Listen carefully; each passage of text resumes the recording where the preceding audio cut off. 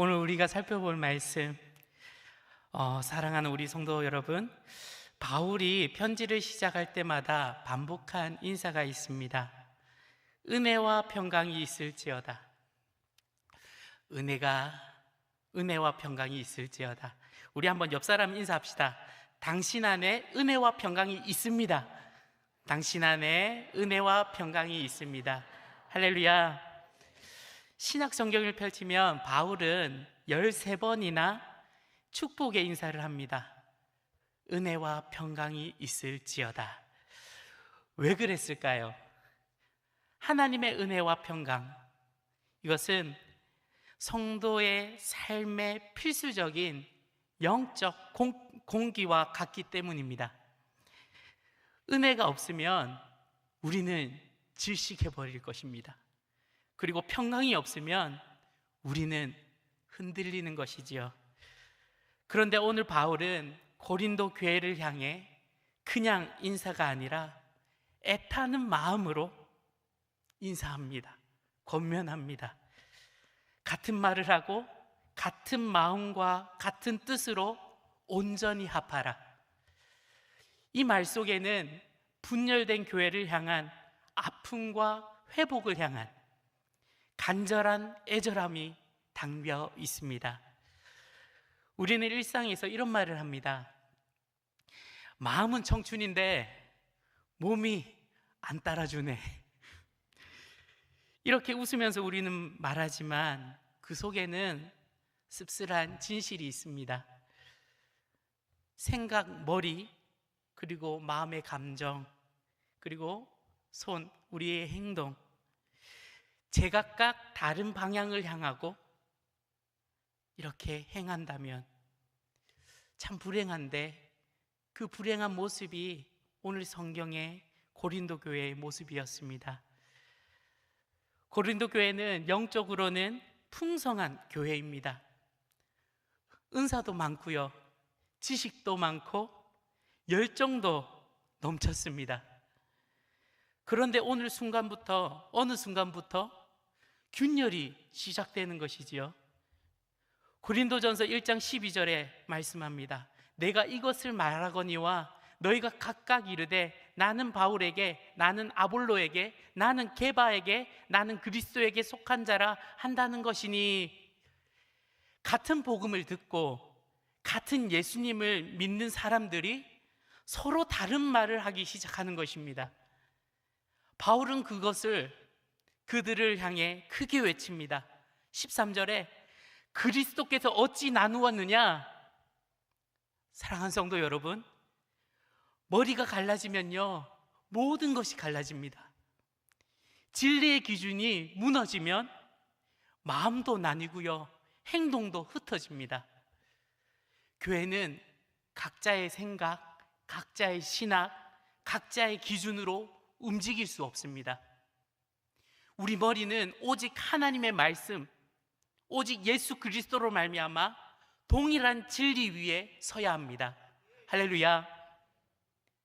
그런데 여기서 한 가지 질문이 생깁니다. 목사님, 그럼 우리 모두 똑같아야 하나요? 다 똑같은 생각, 다 똑같은 성격이어야 하나요? 아닙니다. 그런데 말입니다,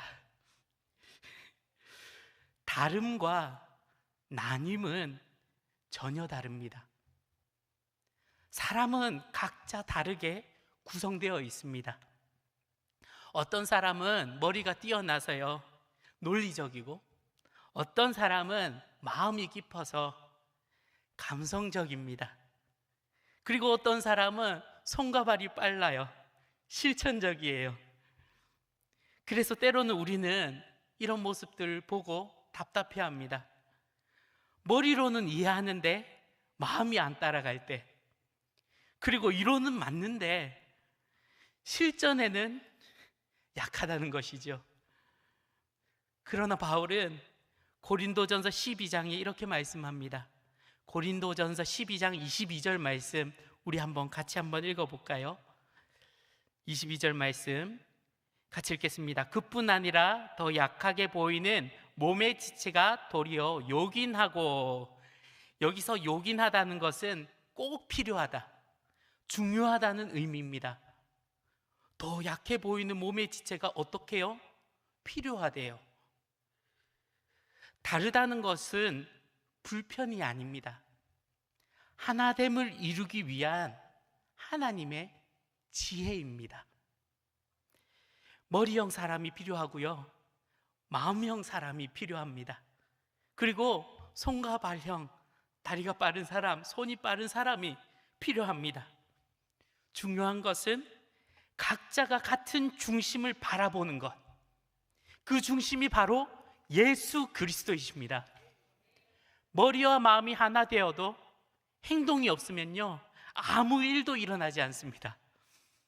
교회는 생각만 모아도, 감정만 모아도 세워지는 곳이 아닙니다. 같은 뜻으로 행동이 모일 때 비로소 하나님의 역사가 일어납니다. 사도행전 2장, 하나님의 강력한 역사, 그 모습들 우리는 잘 아실 것입니다. 초대교회 성도들이 은혜를 받고 감동해서 일들이 벌어지나? 아니요, 그들은 먼저 움직였고 물질을 나누었고 기쁨과 거룩한 마음으로 매일 성전에 모이기를 힘쓰며 집에서 떡을 떼고 교제를 나누는, 하나님께 찬양으로, 기도로, 온전히 오로지 기도로, 말씀으로 세워지는 그 모습들로 하나님의 강력한 역사들이 일어났습니다. 그 결과 어떤 일이 벌어집니까? 사도행전 2장 47절에 이렇게 말씀합니다.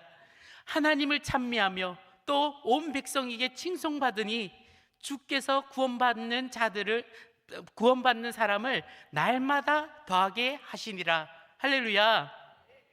사랑하는 성도 여러분, 우리 교회는 말레이시아 단기 선교를 준비하고 있습니다. 누군가는 가고, 누군가는 보내고, 누군가는 기도합니다. 머리, 영어로 헤드죠. 그리고 마음, 하트, 그리고 손, 핸드. 이것을 소위 말해 3H. 그런데 이 3H는요, 한 방향, 내 머리, 내 마음, 내 손이 한 방향으로, 한 목적으로, 한 마음을 모아 하나님께 드릴 때 하나님은 반드시 역사하십니다. 목회자, 저는 정말 귀한 교회 속에 하나님의 은혜로 빚어지고 정말 멋있게 아름답게 세워지는 것 같습니다. 목회자는 이런 저런 이유로 섬김을 받습니다. 특히 식사 대접으로. 저 이렇게 몸 부르신 거 보이시죠? 식사 대접이 많아요.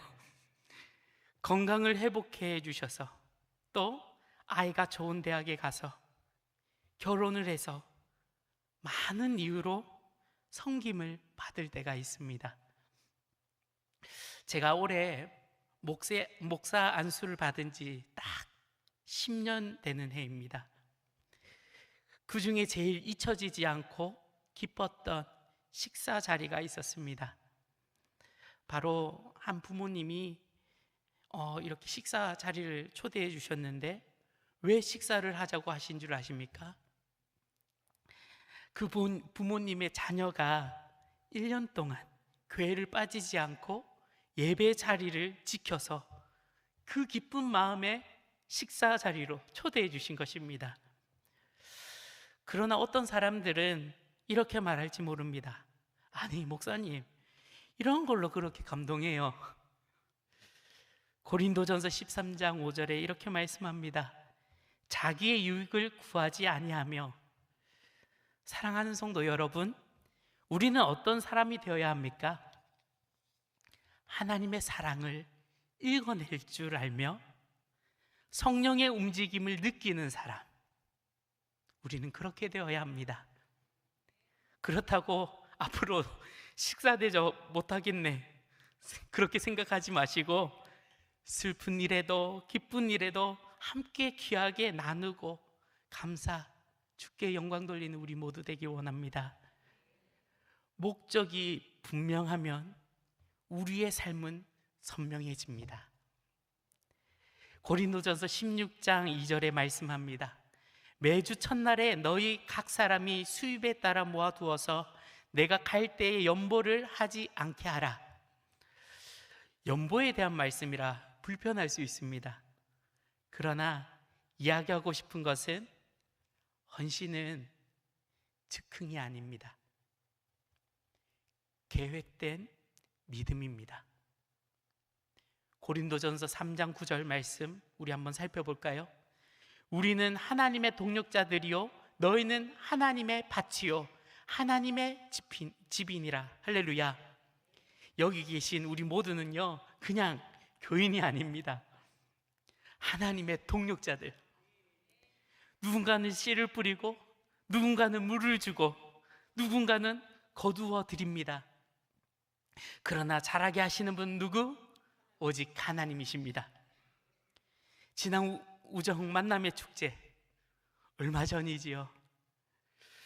저는요 뭘 제일 기억 남느냐, 금요일 마지막 새벽 오뎅 파티입니다. 우리는 기도하였고 함께 음식을 나누고 마음을 나누었습니다. 그러나 중요한 것은 이것이 행사가 아니라 영적인 것입니다. 그날 우리는요 초대교회가 어떤 마음으로 서로를 품었는지 한 단면을 맛보았습니다. 고린도전서 1장 2절에 말씀합니다. 이것은 우리의 정체성을 밝히는 말씀인데요, 고린도전서 1장 2절 말씀, 우리 한 목소리로 이것은 같이 읽어봅시다. 함께 읽겠습니다. 고린도에 있는 하나님의 교회 곧 그리스도 예수 안에서 거룩하여지고 성도라 부르심을 받은 자들과 또 각처에서 우리의 주 곧 그들과 우리의 주 대신 예수 그리스도의 이름을 부르는 모든 자들에게, 우리는 그냥 모인 것이 아니라 부르심을 따라 모인 거룩한 공동체입니다. 우정 만남의 축제 때 누렸던 은혜, 이것은 행사로 끝나지 않고 삶으로 이어지는 줄 믿습니다. 주일마다, 목장마다, 예배마다, 모든 만남마다 초대교회의 영적인 뜨거움이 활활 타오르길 간절히 소망합니다. 이제 말씀의 결론을 맺겠습니다. 마지막 설교를 고민하며 어떤 말씀을 우정교회 성도님들께 들려드릴까 기도하는 중에 제가 서 있는 왼편에 현수막 보이시지요? 한 마음, 한 뜻, 한 생각, 한 비전. 그런데 좀 작은 글씨 이제 성경 구절을 보면 같은 말에 형광펜이 끄어져 있고요, 같은 마음에 그리고 같은 뜻에 형광펜이 끄어져 있습니다. 같은 말, 머리가 말씀 위에 설 때, 그리고 같은 마음, 사랑으로 마음이 하나 될 때, 그리고 같은 뜻, 우리의 손과 발이 구원이라는 목적을 향해 달려갈 때, 하나 될 때 주님은 강력하게 역사하십니다. 교회는 하나님이 기뻐하시는 아름다운 공동체입니다. 고린도전서 1장 9절 이렇게 말씀합니다. 너희를 불러 그의 아들 예수 그리스도 우리 주와 더불어 교제하게 하시는 하나님은 미쁘시도다. 신실하신 하나님은 우리 우정교회를 그리스도의 교제 가운데로 사랑과 하나됨의 자리로 이끄실 것입니다. 오늘 이 시간 이후 우리가 같은 말, 같은 마음, 같은 뜻으로 한 방향, 한 목적, 한 영광을 향해 나아가는 우리 모두가 되길 주님의 이름으로 축원합니다. 예. 우정교회 모든 사역 이제 한 주 더 남았는데요, 미리 떠난다는 생각을 해보니 모든 것이 은혜였음을 고백합니다. 말씀에 목숨을 걸며 선포하시고 그 말씀대로 살아가시는 우리 담임 목사님, 담임 사모님,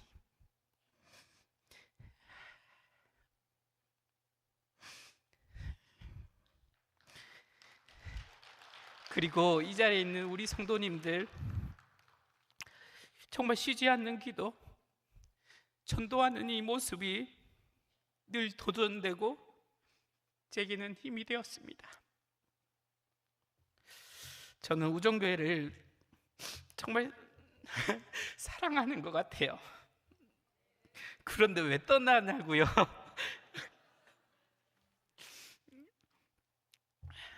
살 빼려고요.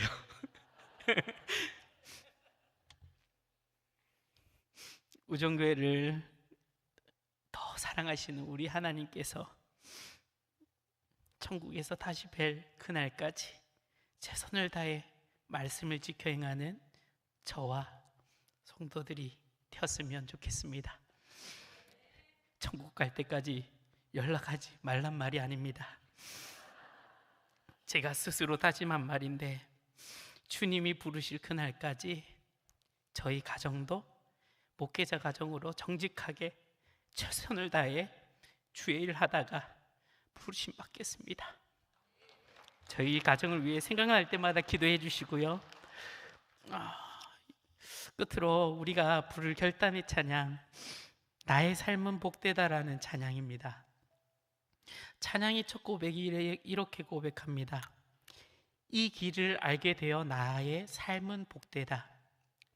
하나님이 부르신 이 길, 우리가 함께 걸어가는 이 믿음의 여정이요, 복된 이유, 상황이 좁아서가 아닙니다.